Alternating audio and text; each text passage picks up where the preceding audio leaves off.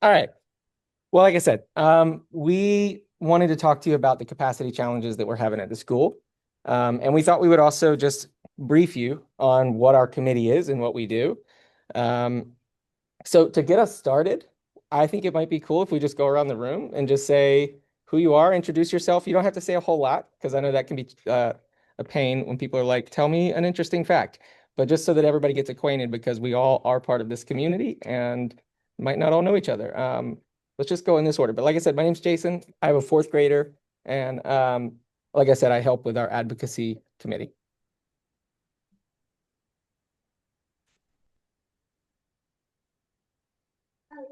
Hi, I'm Elaine, also on the advocacy committee, and I'm a first grader. Leah, first time here, excited, and I have a kindergartner and a first grader. Rebecca, I have a third grader. Molly, I have a fourth grader and a second grader. We're so proud of them. No, Mhm. I'm Tammy. I am vice president of student engagement, and I have a fifth grader and a second grader. Yeah, I'm Jen. this is how high I am. See, this I'm Maya Bennett. with wet letters. Yeah. Thanks. Speaks of writing that. I'm Ellie. I am It's getting close. I think it's a little yeah, but I'm probably I have a yeah. third grader and then he's sixth grade now, but he was here from the start of Lyons, and now he's not here. I'm Christina. I'm a first grader and Wonderful. And Oh, you might all know me, but I'm Kathleen, PTA president. I have a 10-year-old who's in fifth grade, a second grader, and a 2-year-old. We've been here since Lyons Farm opened. yeah, awesome. So we're going to talk about what's working, what's straining, and what we can do about the challenges that we're facing. So without any further ado, I know like I said, there's no shortage of support here. All right. That is a fact. I say that coming out of never mind, a literal 3-hour meeting today with the school where they were doing everything they could to support our child. But then also, as we were getting ready to leave, they were like, wait, there's more we can do. And so anyway, yes, there's just no shortage of support here. But when we talk about growth, what I'm talking about is we've had three successive years of academic growth. So, we do those benchmark tests at the beginning, the middle, and the end of the year. So the performance metrics that we are expected to reach, what we anticipate reaching, all 3 years that this school has been open, we've exceeded that. And in addition to that, we've got these programs that not every school has. We have a STEM program. There are only 3 STEM educators in the DPS system with STEM programs in elementary schools. We're one of those 3. And our teachers, not only the STEM thing, but also we have a dual language immersion program. That's something that can make our school a magnet school and starts attracting more students from across the county. We've also had the redistricting that took place the previous year. Many of you probably remember that, where we grew our community significantly from that. But these are all really good things. These are things that we would want. And in fact, they make our school desirable for a lot of people who are looking for a good public education option. So what that has brought us to is we are definitely at full capacity. We're out of literal space in the building, but that also creates time constraints for the staff who are here because we don't have the ability to open another room and have another staff member there.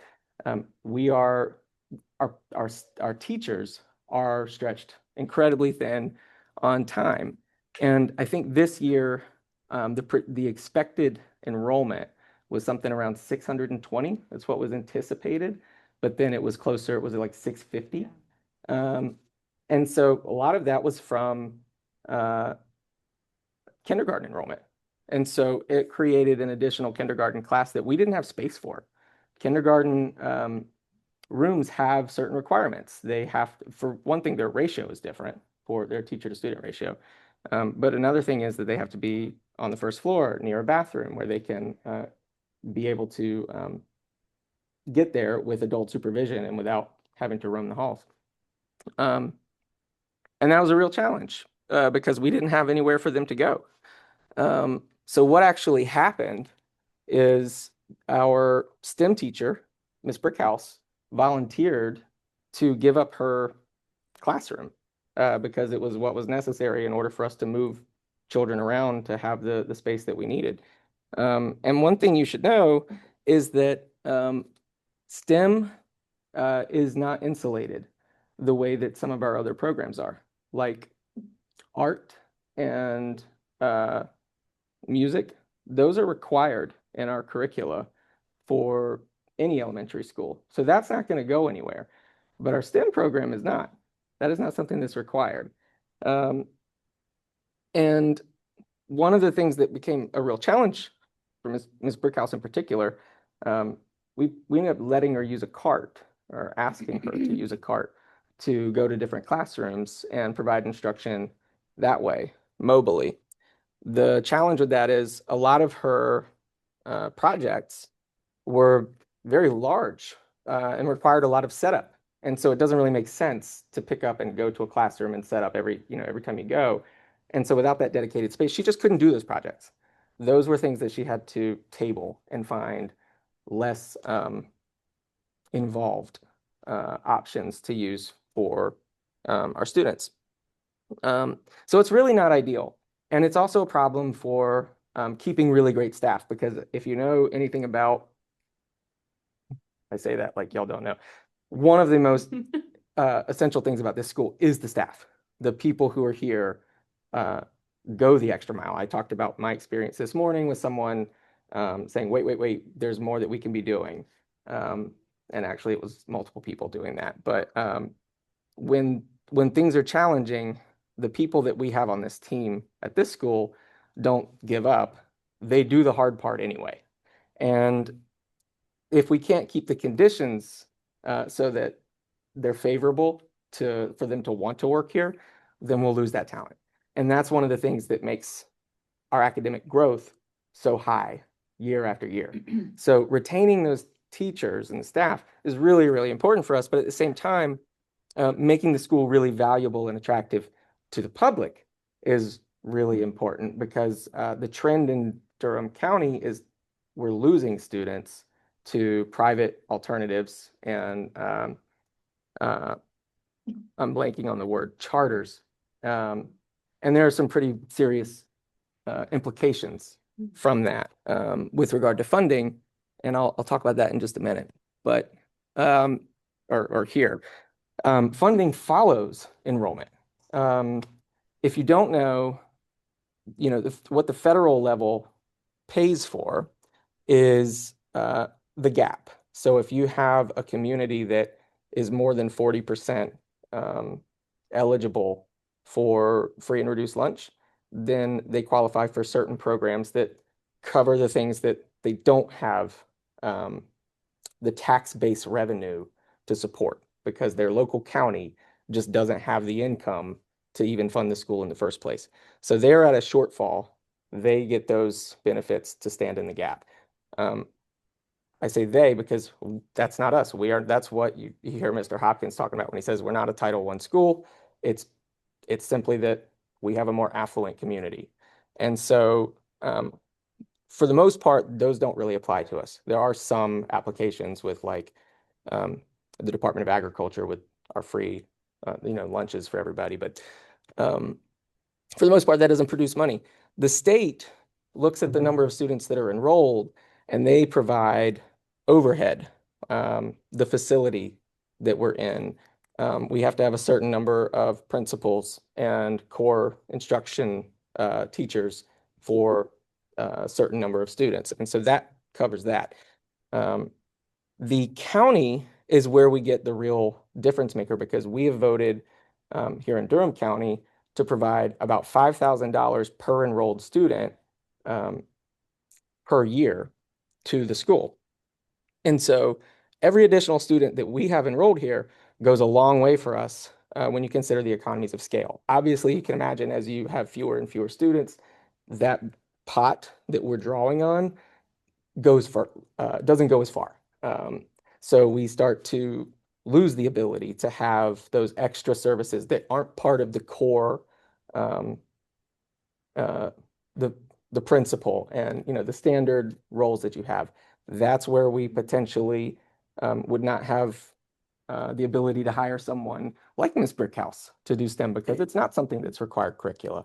Um, and additionally, um, uh, with without having that additional overhead to cover those kinds of hires, we also lose the ability to uh, I've lost my train of thought here, but you walked in and I saw you and you got my attention, Mr. Hopkins, and I was like, you are here. Thank you for being here. Um, but that covers the additional things that we choose to pay for. I know what it was now. If you didn't know this, our first year that we were open, we had a restorative practices center with a staff member who was committed exclusively to, well, not exclusively, but a big part of their role was training teachers and staff about how to handle, um, uh, we'll say, not punishment, but discipline in a way that helps restore the relationship and build trust with the student and between the students. And it was a really great thing we had, but that's one of those things that's not covered by the state. And if we don't have enough funds to go around left over to draw on out of that pot from those 5,000 per student, those are the kinds of things that we no longer have the budget for. And so we don't have that staff member anymore. And this is one of the reasons why we want to keep driving. Having a higher enrollment is not a bad thing. It's a very good thing because it gives us a lot more that we can work with to make sure that we can provide these additional services. So more students, more resources, stronger programs, losing enrollment. So one way that some people might look at it is, we don't have the space, and so we need to cut back on the number of enrollments. And we have schools here in the county that might have extra space, and so it might make sense for us to, divert and send students to another school. But that's where we actually lose funding. That would shrink the pot of available funds that we could use. And moreover, we're doing something really unique and special here. I genuinely believe that this school is off to a really fantastic start and has a lot of potential to keep this momentum going to help the entire school system.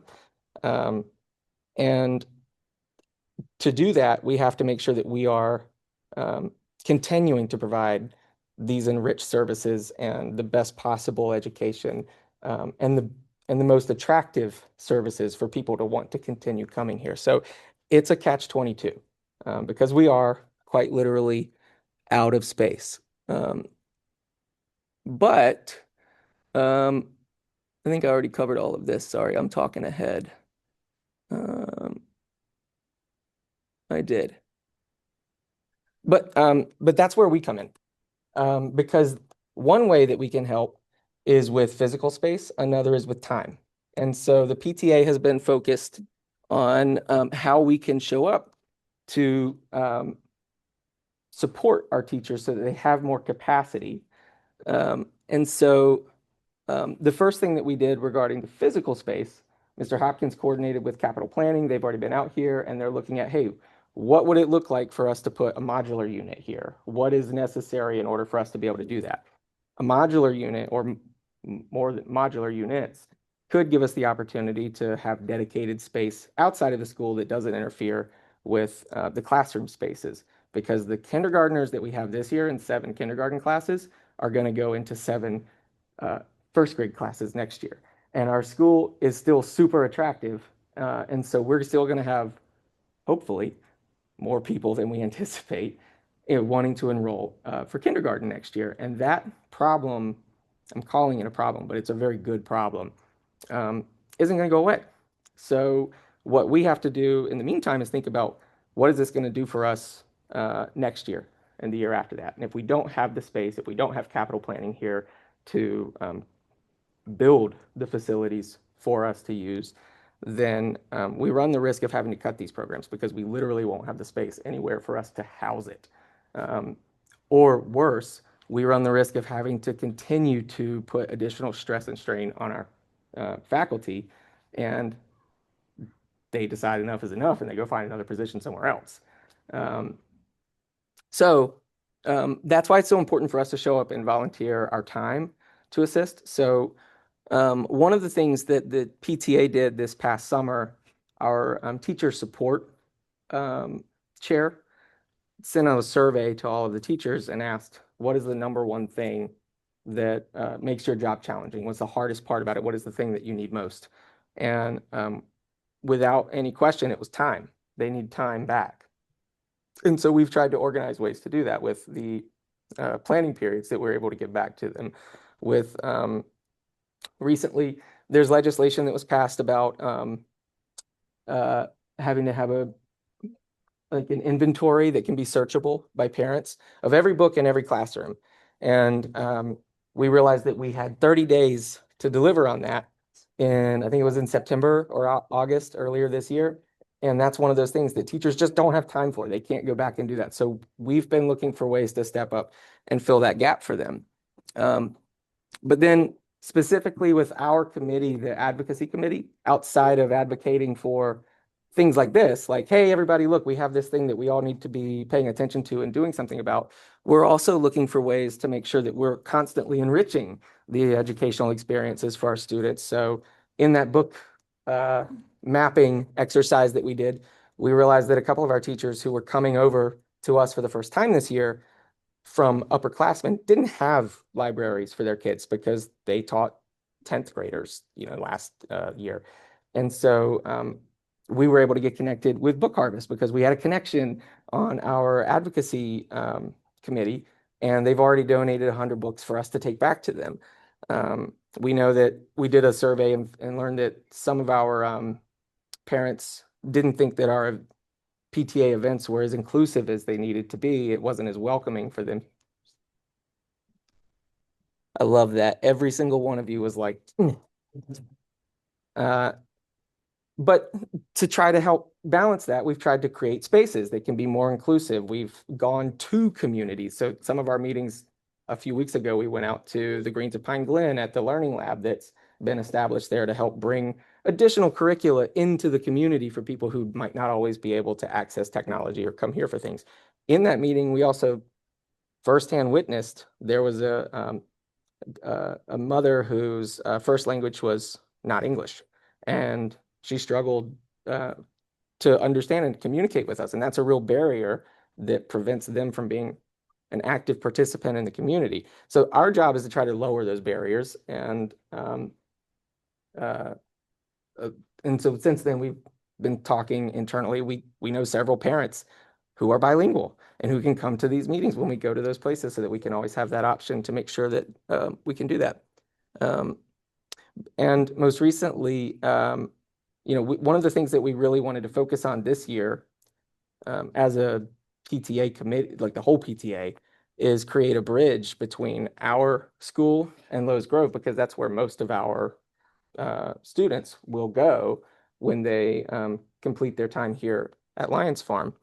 And so we were, Kelly Capps is here. She's been the one that's been spearheading that. And she was able to get in touch with the principal and found out actually one of the reasons that they're struggling right now to get their PTA operational is because, well, one, their charter was jeopardized. And so there's a lot of steps you have to go through to actually get that established again.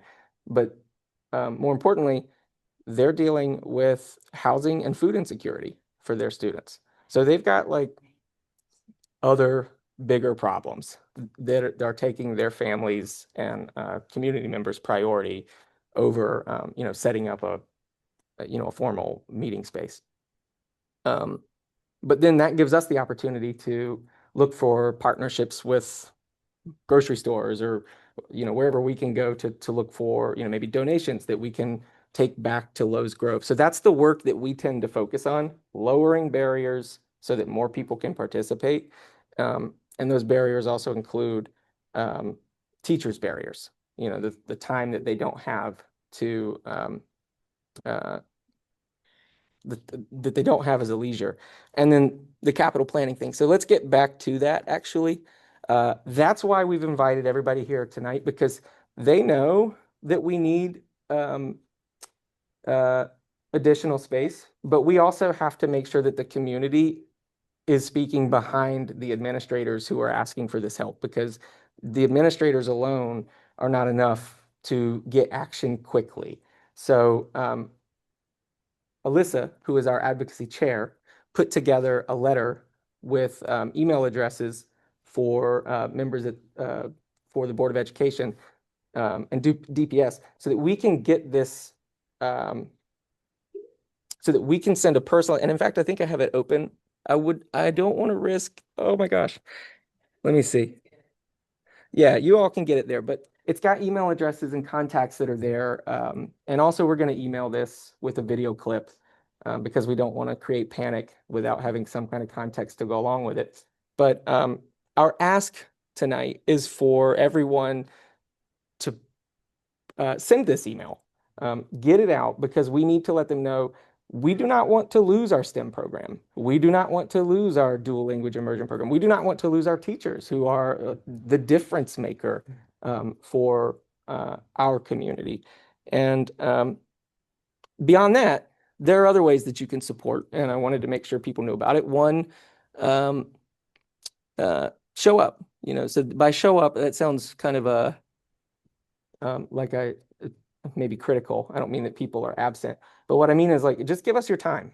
Everyone here has a thing that they are best at, or something that is a specialty. I'm reminded of the advocacy chair that was here before me.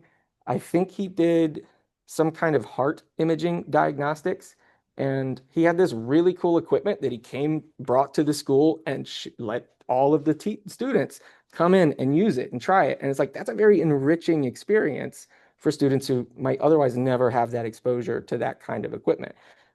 Very random and specific, but we all have those things. And so I encourage you to leverage your strengths in our community to reinforce the work that our teachers and faculty and staff are already doing. And then beyond that, you might have connections. I mentioned Elaine had a really strong connection with Book Harvest. Like that, it solved a problem with like no friction. So you might have those connections where someone could donate something that we're missing in classrooms that teachers don't have. So the general call to action certainly is join us and let us leverage the things that only you can do that make you a unique part of this community as well. But in the meantime, the thing that all of us can and should do and absolutely need to do to put pressure on our administrators is let them know that this is something that is absolutely imperative. We have to have space in order to house these students so that we can continue delivering this kind of enriched public education. So moving on, this is where we are. We've had them come out here. They're reviewing it. It's up to us to accelerate that approval. I'm reminded of the crosswalk, which was not something that affected every child in this community, only a select few. But parents were unhappy about it. And yeah, right. But that's what we did. We organized, we sent letters to the county. We let them know that this is something that is really urgent and important. So that's what we're going to do again and take it as far as we can.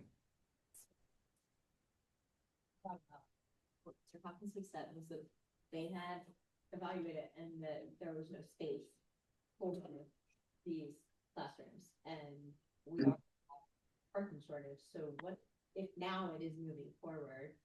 What is it go? Like, do we have additional land that we can put these on, or is this going to take away? Is this going to take away the soccer fields? Is this going to take away, like, where are they going to go? What's it going to take away? Yeah, I'll very quickly say that Dr. Services cabinet was out here, and I thought that was a powerful move on his. We have a meeting next Thursday with a work team that is cabinet, which is another big deal. Nothing will happen 26, 27. Campus will not be touched. 27, 28, they're looking at the front of this space. Your point, and the third 5 playground. But the playground that sits next to the kinder playground. Parking has not been discussed yet. That's the update. I can say so much more, but I won't. So just to give additional anecdote, as Thank you, Lord, for the food and bless us and nourish us. Amen.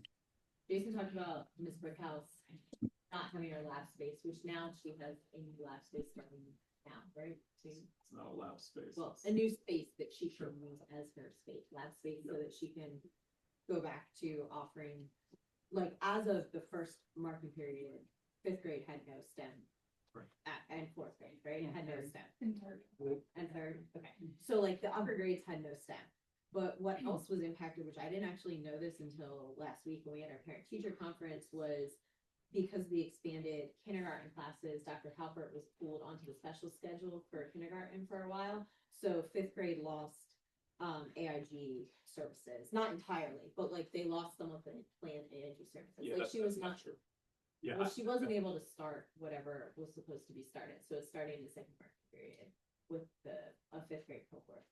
So it's a bowling pin. I hear what you're saying, and I want to be clear that our 5th graders did not lose AIG services because we gained another AIG teacher. Right. So that I guess they lost the plan. There were certain things planned for specific 5th graders to do grade acceleration. Yeah, the schedule was unable adjusted. to start.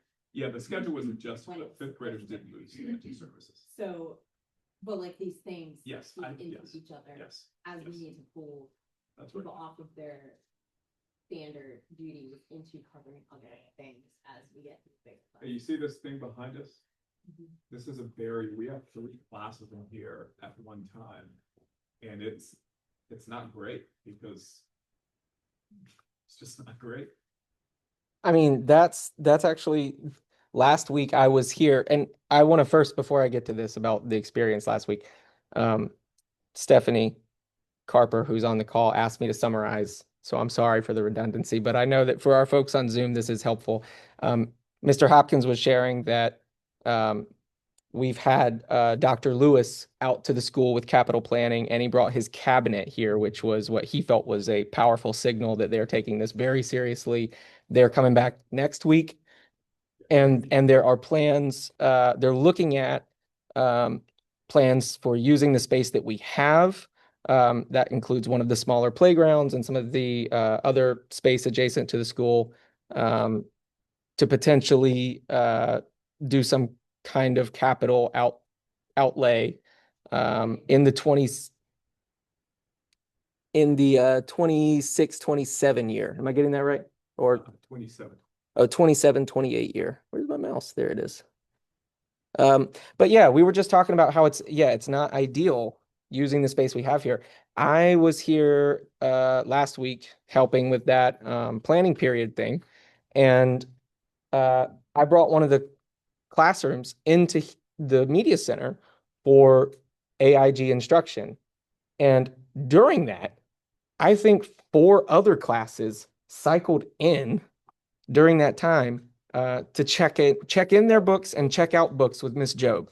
And the schedules that they handed me whenever I got there to help with the classes, they were like down to the minute. Like at 11:28, stand up and get them in line because you're going to need every single minute to get them in here because we're sharing these spaces and there are so few opportunities for them to use those spaces.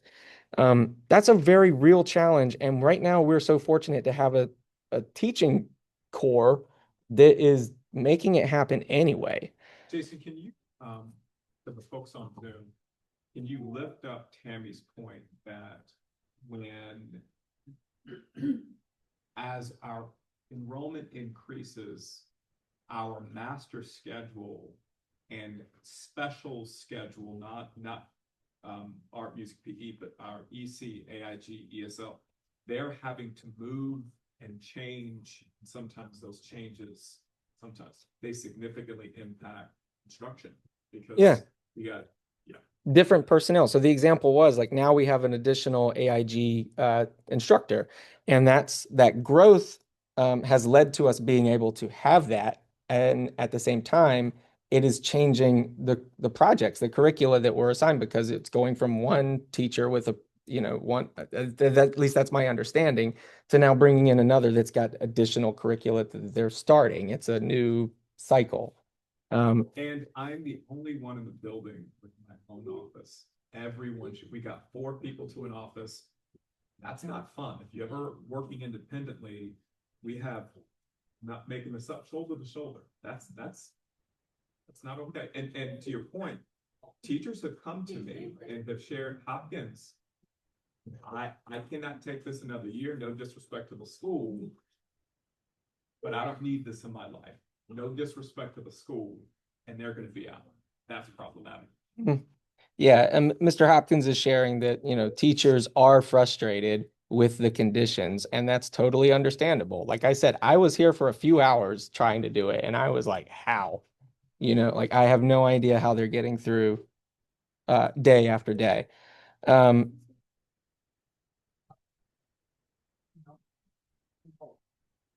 Obviously, yes, with increased enrollment comes increased funding, but if that means half the teachers are gonna be unable to continue their careers for long because they can't take it anymore and they're having to share, not even have a classroom and all, like,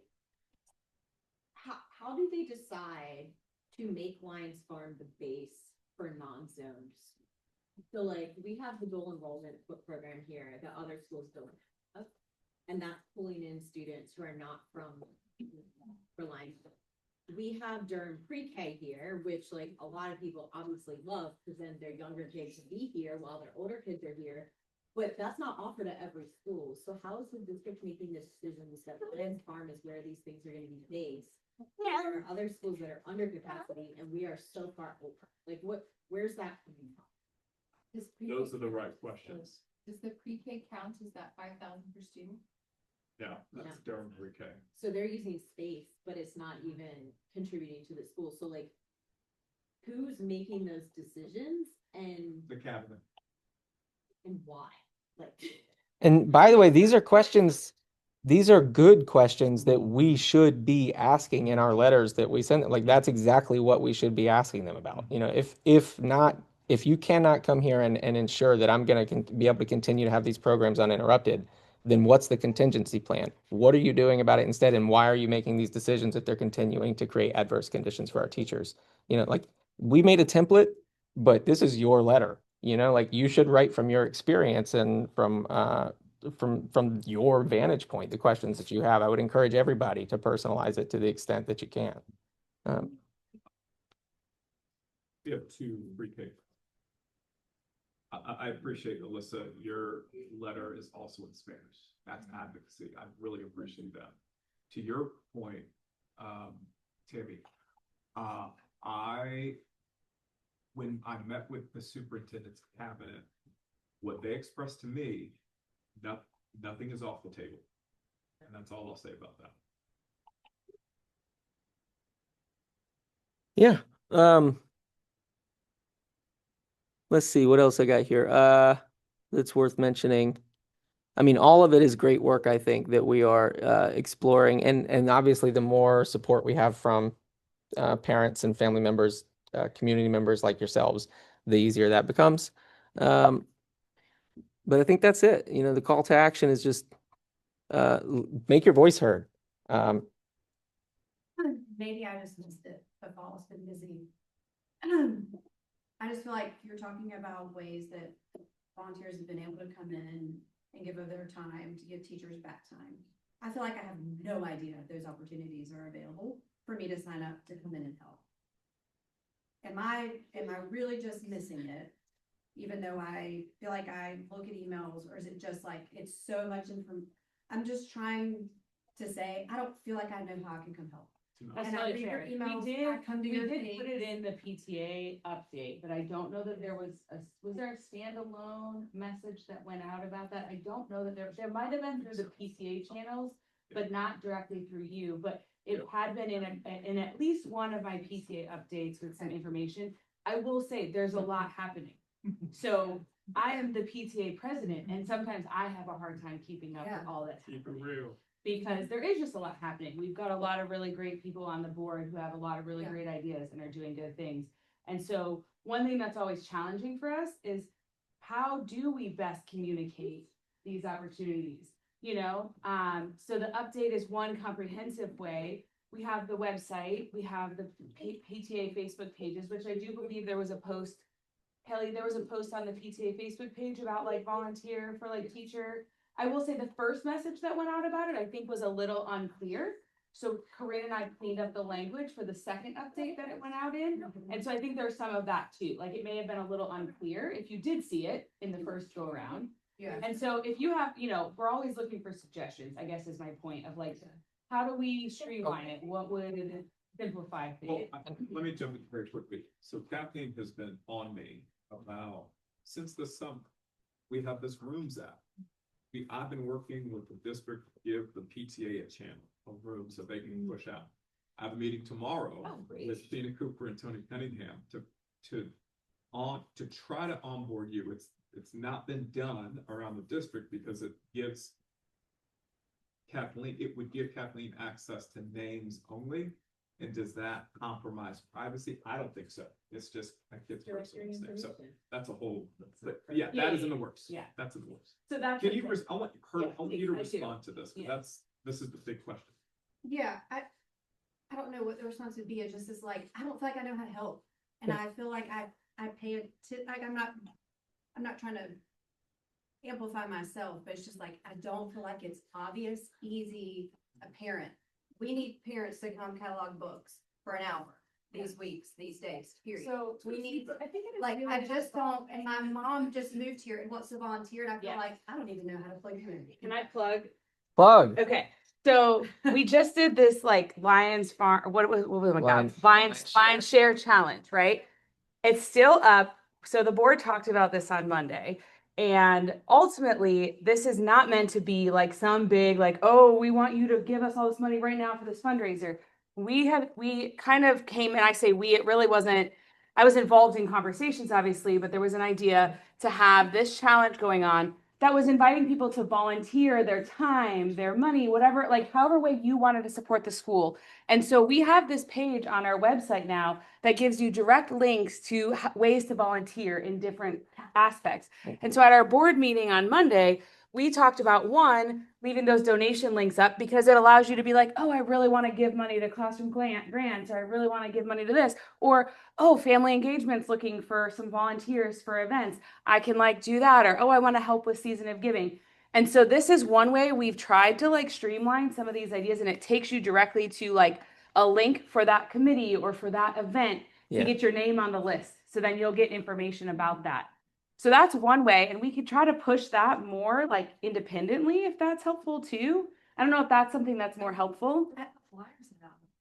There was. It's just that the thing is that. Yeah. It's like, there's 20 things, and I'm like, I don't even know what to do right now. Yeah. It's important. I think one important thing to distinguish is that the teacher covers they're talking about, that required, like being trained, like being approved as a sub. It did not actually. We went through Just like the an GPS. internal approval. Alyssa, yeah. A lot of this stuff is really evolving. It And is. so, like, that was the first time we did the sub thing. Correct. Yeah. So, Yeah. if it's helpful, we don't know anything about it. And so it was kind of a smaller scale thing because it was kind of an experiment. It was a pilot. Sure. And so I think some of these things are evolving in real time as we're dealing with these constraints that we've been talking about tonight. And so I think something that would probably be really great is if there is an area that you're most interested in. Like, I really want to help the teachers the most. Then getting involved in the teacher support committee. And Mhm. so I think there's going to be a lot of brainstorming about how are we going to try to help these teachers get through this really hard time. we want to keep it and we want them to feel appreciated. And that's more than just like giving them a meal at the end of the year, right? They really need a lot more at this point. So if there's something that you feel passionate about, for example, like we're on this committee because we feel really passionate about trying to help make sure that things are as, accessible and inclusive as we can. That's probably a good way to start because there is tons of information coming out. And if you've got like a connection with someone who's in the know of what's actually evolving, whether it's like a teacher support committee chair or whatever, I think that would probably help. If you can email anyone, Go back to the Lyons share talent. So the other thing is, I know that Corinne has signups. I mean, one was for the kids vote, which I guess had already passed maybe when this was up, but those links weren't on the volunteer, like. yeah, because that was after, or that happened before. Those were in the newsletter. Sign up Genius links that were for teacher support stuff, like during the day volunteer at school, that I think if we can keep this page going, those should like replace trunk or treat. So I'll also say the thing about evolving is really important because as we've evolved and grown, positions on the PTA have also morphed and shifted. And one position that we had when we first started was somebody dedicated to volunteers. But then the way that was being used in the subsequent year after that person had stepped down, Corinne ended up taking on a lot of that just because it was pretty straightforward. But as she's been taking it on this year, she's like, oh, I see ways that we can improve this and get somebody back to dedicated, right? So we're still trying to find the best ways, utilize different volunteers or people to help out with the committee. And so there is a lot of evolving. And if you're interested in any of these things, one, you can always email me at president and be like, hey, I really want to volunteer and I'm really confused with what I can do to volunteer. And I'd be happy to sit down and talk with you and figure it out. Or if you're interested in advocacy, we have an advocacy email address at the bottom of all those PTA updates and things like that. So that's another way, just reach out directly to something that you're interested in. Because I don't want you to feel overwhelmed because it is overwhelming and there's a lot of stuff happening. Good stuff. But you don't need to necessarily know every single nitty-gritty detail if you just want to help support teachers. Does that make sense? It does. And- It does. I know that historically Corinne was sending emails to everybody on the approved volunteer list, but apparently she had trouble getting that list this year. Does she have it now? That's challenging. That's also, those are barriers to reaching. It is. This is why we try to have our own volunteer list too, because accessing that DPS volunteer list, I know I've learned that there's a lot of challenges with who can access that. Again, same thing, similar probably to the room stuff with me. So we have tried to build up our volunteer database as well, an internal volunteer database. And so getting on a list for that, if you're interested in being put on a list to send, where Corinne will send out stuff for anything volunteer, you can email her email address, which is teacher.support, whatever, lionsfarmpta.org. And she'll put you on that list. And so this is something too, I think it's good for me to know that maybe we need to just push that a little bit more. Get on that list, you'll get all the volunteers. That would be. Yeah. And I really do want to. That's something I could put in the next PTA update. It's finally slowing down a little bit that I can add more things. Yeah, but I do think that Alyssa's advice is probably the best advice. If you're looking for ways to stay plugged in, because the way it works, our advocacy committee meets every 2 to 4 weeks, and then we're doing that in tandem with the meetings that I have with the board. And so the board gets together, and so me and Corinne, teacher support, are talking about this thing that we're collaborating on for the planning period. But then that is something that I'm communicating back down to everybody who's in that advocacy committee because it's something that we're supporting. So if you're connected to one of the committees, you're gonna know. So I think that's the best advice. To communicate, I feel like I'm trying to know, but yet it feels. It is all over the place. Not wanting to be critical, but something you guys are working so hard on doing so much. But it's and maybe it's a me thing, but it's what am I missing? And I just don't I know how to just sign up for something. The trunk or treat was great, and that's how I knew. I mean, I didn't sign up for it, but I saw there was a spot.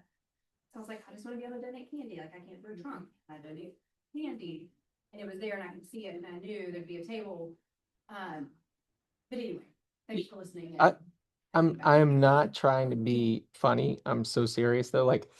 it's a challenge because we don't put a lot of thought into make that because we're focused on the other things, and like maybe that's a thing that like we need help with that.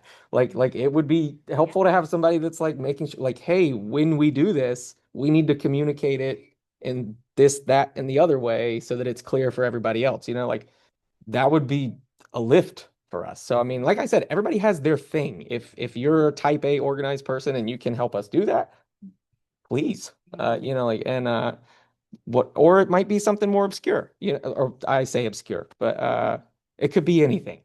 Um,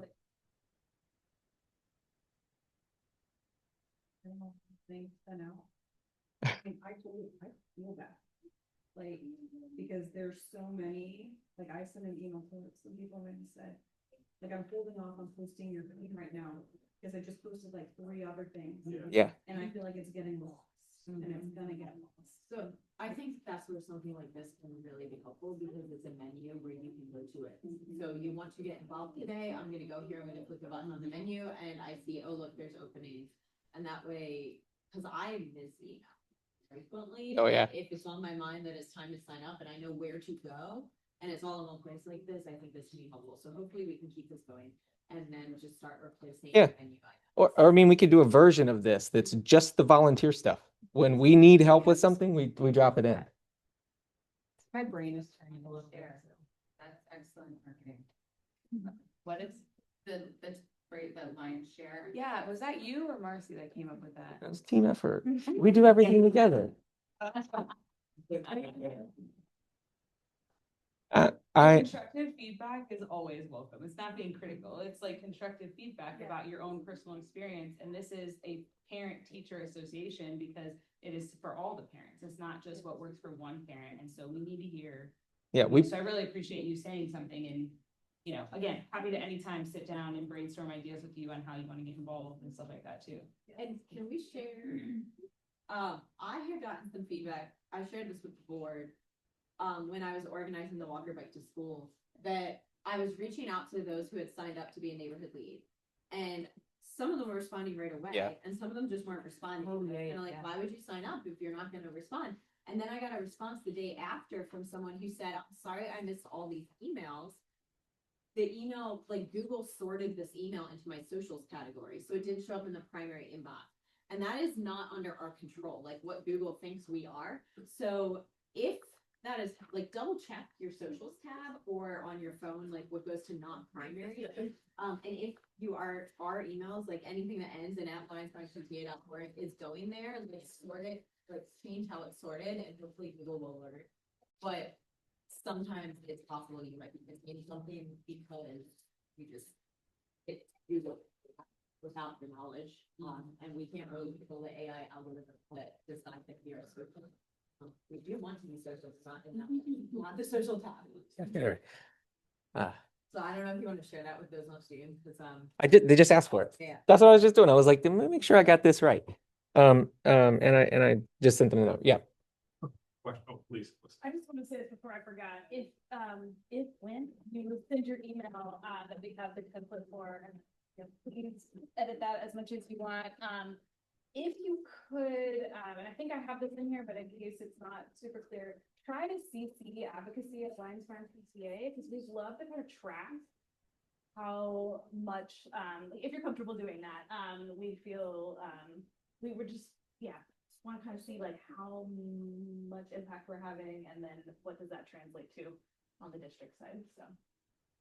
Yeah. I'm 5 minutes up. I'm very curious to hear from those who haven't spoken. Thoughts or just comments. I thank you for coming, and y'all are just sitting here. It's great. And what's on your mind? What's top of mind? All right, Jason. No, joking. Is there like the idea of this, like that the other day, being able to see like what our goal was and like clicking on that link and being able to donate, like I thought that was so cool. Yes. The whole like not knowing what we need to or can volunteer for would be lovely if we could see that, especially for like somebody who has to rearrange like childcare for a baby. Because like I do want to help out and stuff, so I don't know. I think we're doing great stuff here, and it's nice to Oh, do you mean a different hear QR? about. No, that's right, but. Whatnot. how we can help, because like I do want help. I can't do my little kid. Third one, but yeah, I really like that whole like menu thing. Yep. I think we have this one. And then this has been up on the PTA page for like a long time too, with like different volunteer opportunities as well. So we'll work on kind of streamlining some of these, I guess is my point. Yeah. Mhm. I know I've also said some things, but I just want to encourage you, like, if you have ideas of something that can help your teacher, for example, like, for whatever reason, when you were talking, like, I had a little one at home too, and I was thinking, but in the evening, like, I could probably put together some, like, activity things so the teacher doesn't have time to do, right?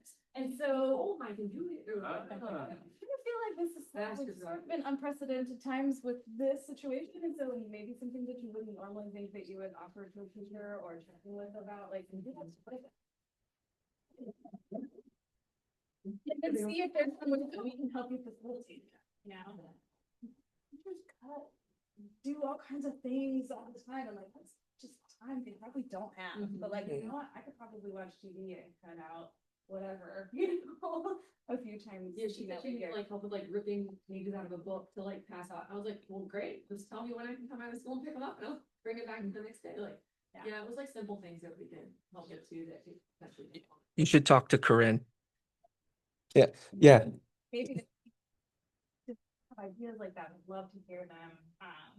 We're just a group of people just trying the best we can, but you all have expertise and knowledge and wisdom that we don't, and we'd love to hear it. So please don't hesitate to say, like, have you thought about this?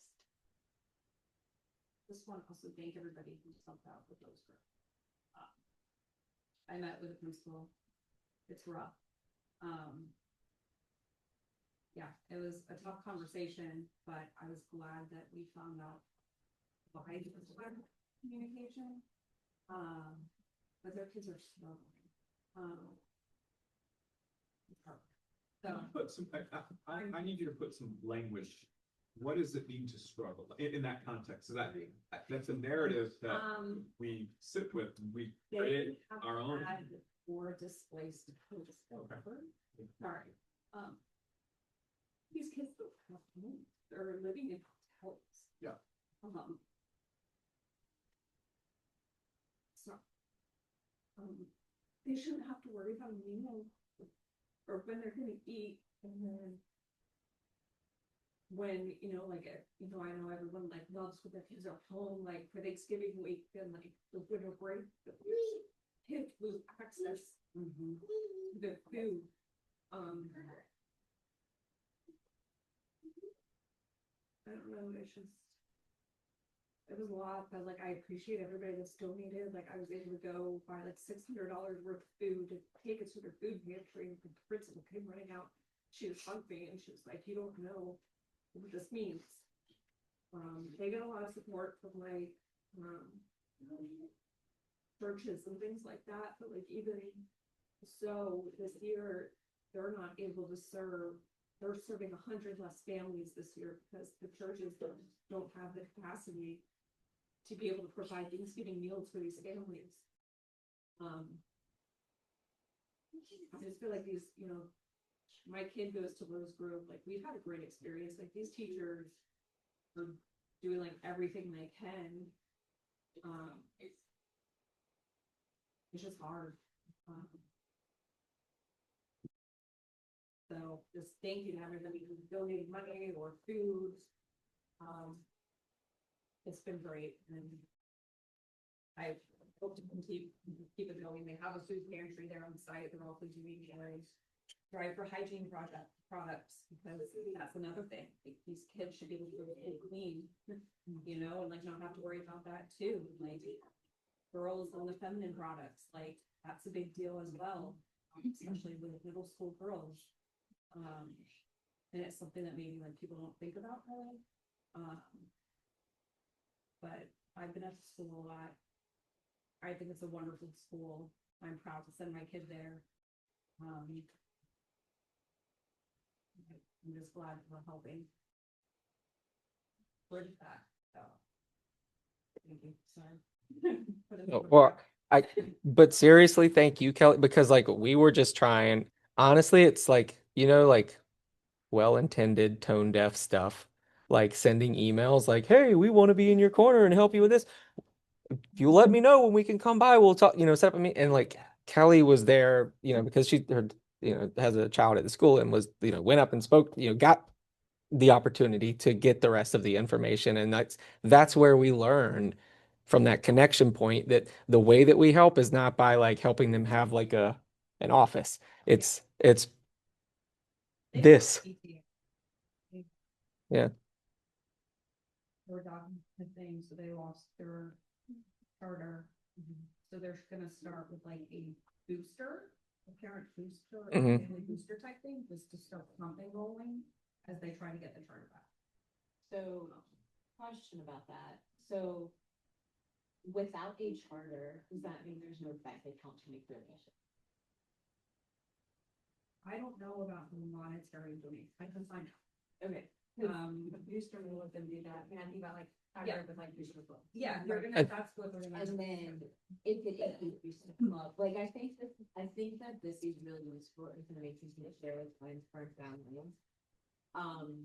One, how can we donate so that that money is staying in Lowe's Grove, that it's not like, I don't know, maybe just this personal experience, but I'm much more comfortable donating to a PTA than to school, but under DPS or DPS to reallocate money, like I just wanted to go to Lowe's Grove. And if you are donating through Booster, like, can you donate through Booster? Is there a limit to how much you can donate? Is it a nonprofit?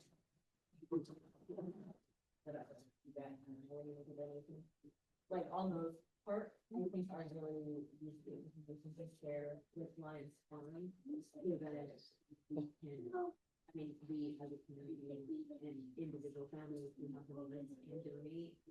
Because right now, that to me is the reason I chose to definitely ensure they have a CPA, is so that we can start giving money for them to decide how best to allocate. And I'm not sure if PTA is gonna happen this year, just because of where we're at. But I don't know, it's not being this, I mean, it's not really fit, is it fit, is that what it's called? School, teacher, please, fit, and then this Bowser and.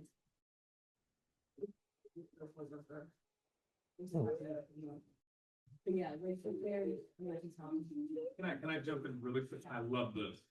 And I want to make sure that we are opening this up to those that are here that haven't spoken yet. Love it.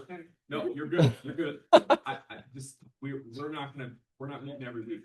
Not sure when the next meeting is, maybe never, not never, but for those that have not spoken, what is top of mind for you? What are you thinking as you, in terms of why you came? What questions do you have? But for me, I'm new, I like figured out do here, so that's the only one, but I'm just learning. I just wanted to listen and hear what the issues are, because almost I didn't know most of what we're sharing tonight, and for me, I just want to look at the person here and where I can get connected and how to get connected, and where as we were just talking about, there's so many different places to do it, so where would be the best fit for me. And I'm really glad that we just talked about Lowe's Grove, because I'm curious about those same types of issues here at Lyons Farm, because I don't know if families and students are, everybody's struggling these days, or most people, and so yeah, we are lucky that we have such a great community, but are those kind of basic needs met? Are those students who are part of marginalized groups like receiving that support? So they are, but I just don't know. Did you receive the thing in the folder? Did everybody get it? Yes, like The drive. That with us, yeah. That's what part of our season of giving, we have share the warmth. And so by the end of the month, Holly and I are gonna post the list. So the school social workers can give the list in, and like, it'll just say like boy or girl, age, and then it'll give us the information from that too for their sizes. And so you can sign up to a child, multiple children, and it's a mix. Like, I forget exactly what we added, but it includes like a couple shirts, a couple things, and then one pair of shoes, which ends up taking it add up, plus items from their interest list. So usually, I mean, historically, it's over $100 per kid, and then they found at winter break. So that's one way. I mean, I don't know the details of the process of it, but you're on it, right? Like, I know that these things are being covered, and you need to learn what those things are, and I do this, some mechanisms, so I feel like I've heard a bunch of this things, question of like, what can I get, like, so, so for me, the reason I came was because I do know with the school and what's going on with the space, because it's going to really good, and also, I think that this committee is also related to some of these other, elements of like, yes, the community issues affect everybody. So like Yes. you are accessible. Yeah, it is it, and if that's something that you're interested in, I think, our advocacy team is definitely a place where we would love to have your help. For example, we learned that at our meeting recently at the Greens of Pine Glen, some of our community members don't have transportation and they can't get there. And so we're looking at, all right, well, can we work with the church who uses our facility on Sundays and has a church fan, which, by the way, I wanted to check in with you. We'll get to it later, but can we get their help to provide transportation for some of our families to make sure they can come and join us for bingo night, like, and be a part of the community. Yeah. And short of that, we're just going to connect people. Like, do you need a ride? Yeah.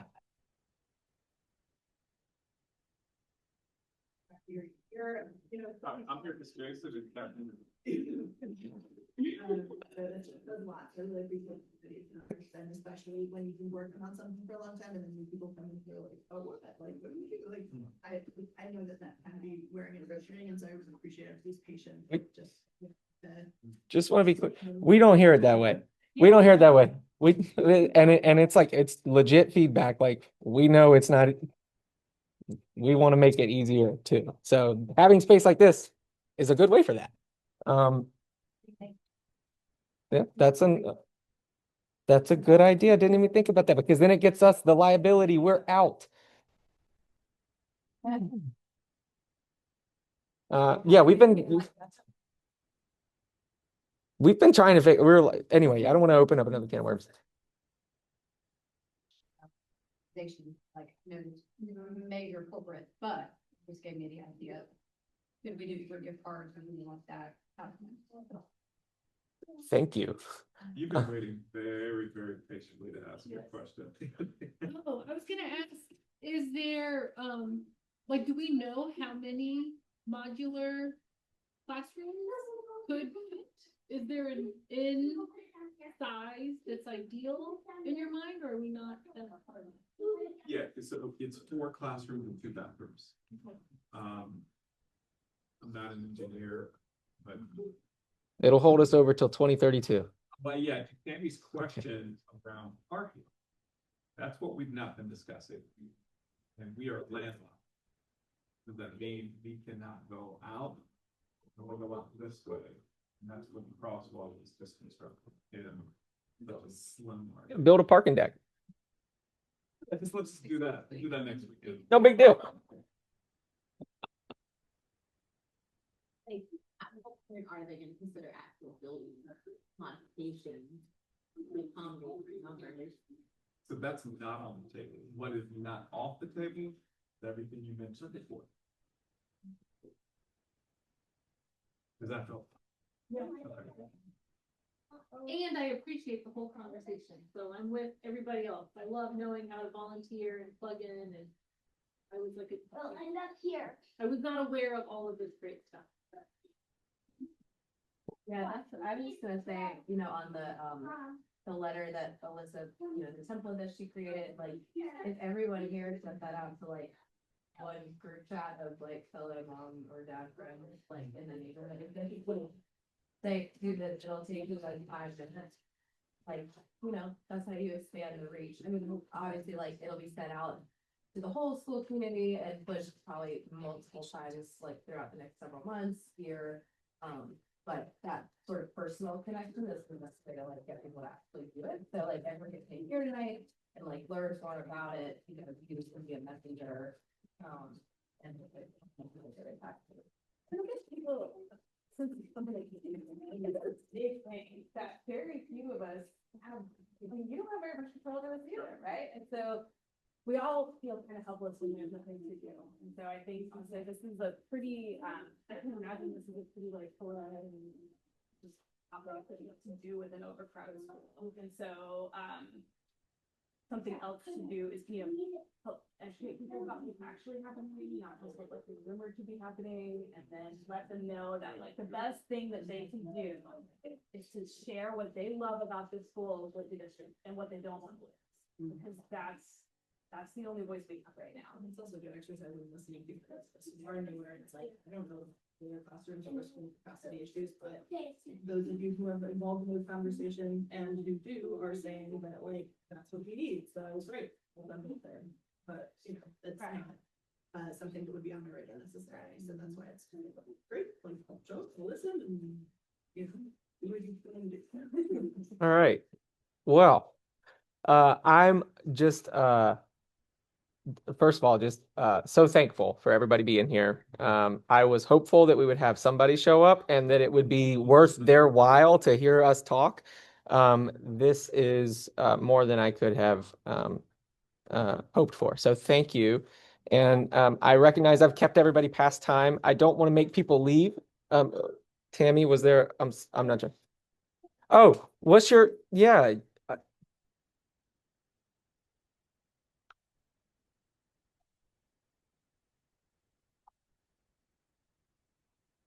Oh, yeah.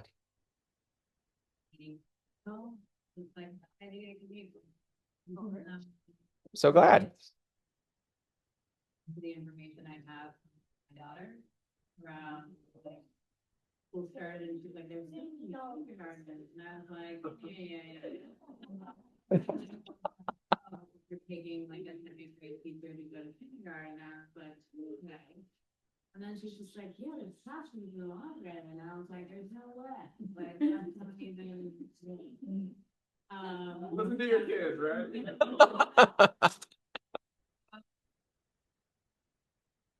Next year, and I think, you know, he is less flexible than my daughter. And have him pass for like year, like he was not like there's just too many things, too many cool lights, too many books, too many things that like that would be a huge distraction for them. So I was just kind of curious on what the plans for next year as a new writing class comes in and starts with the increase from kindergarten again next year, because it will decrease. They had originally targeted like this year's kindergartners are from COVID, so it was like a larger number. So they, Yeah. And I mean, look, Real bad. your point.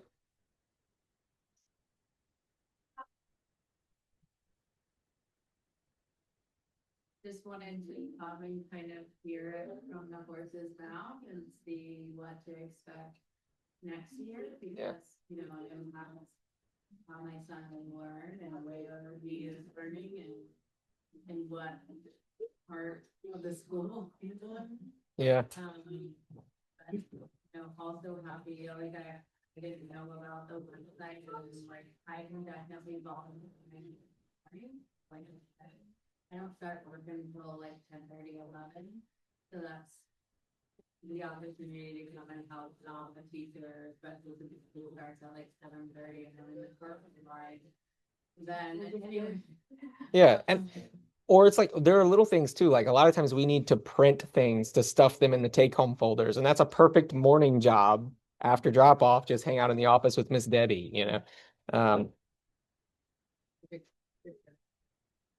Yeah. Thanks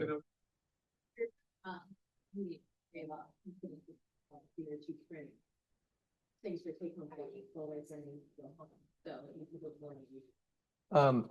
But yeah, your point is 100% accurate. I was in here witnessing it, and Miss Temple does her absolute best to keep everyone on track, but it's distracting. This is happening. Why, you know, so I mean, not to this extent. They manage it. It's very quiet, but Hi, folks. Brian, they're getting tired.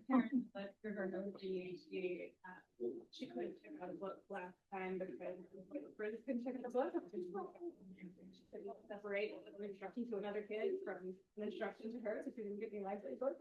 It's not such a huge deal. But the other thing. Oh, no, you have- We want to go back. This has been great. With the Work. advocacy as we're And this has been something that I think her, so she could participate. in that. and do, try to solve. My kids just made it more. Like less mentally. Oh, they're just having fun. Pretty So, you know, Yeah. any interest and ideas and discussion around trying to accommodate everybody with them. You guys are doing amazing things to try to make it work. And I'm gonna come behind Alyssa and just answer your question. So this is a classroom space. We don't have it's not a homeroom class. So I did, yeah, so, we have 8 teachers that pull students out that need a space to do instruction. And so this is the space. And so if we ever get to a place where there is no classroom for a teacher, we would have to shut the media center down or shut the cafeteria down and buy like official partitions to make an official class. And we're trying to avoid that. And to answer your question, I mean, there are things that are gonna, like, we can, there are a lot of creative gymnastics that the administrators go through to make all of this work. And one of the things that we know will happen is the teacher ratios increase when you go into upper grades. So as those lower classmen move up, they'll be able to consolidate the class sizes to some extent. And so it's not something where I don't think that we're anticipating that next year we're just going to be out of space. We might. But we can't take for granted that we won't be, you know? So like we have, that's why it's urgent now for us to be vocal now and start the conversation with our elected leaders and make sure that they are representing our interests too.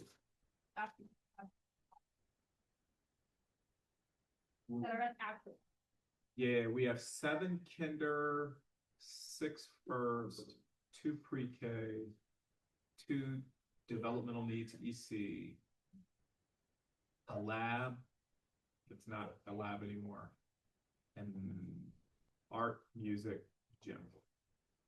That's something with a kindergartner who was, I mean, that's a big class that's then going into first grade, that's also stay on the first floor, right? And so then if you have the same number of kids, you know, and if we don't have any planning solutions for next year, you know, if nothing else, we need to like getting this man a coffee every day.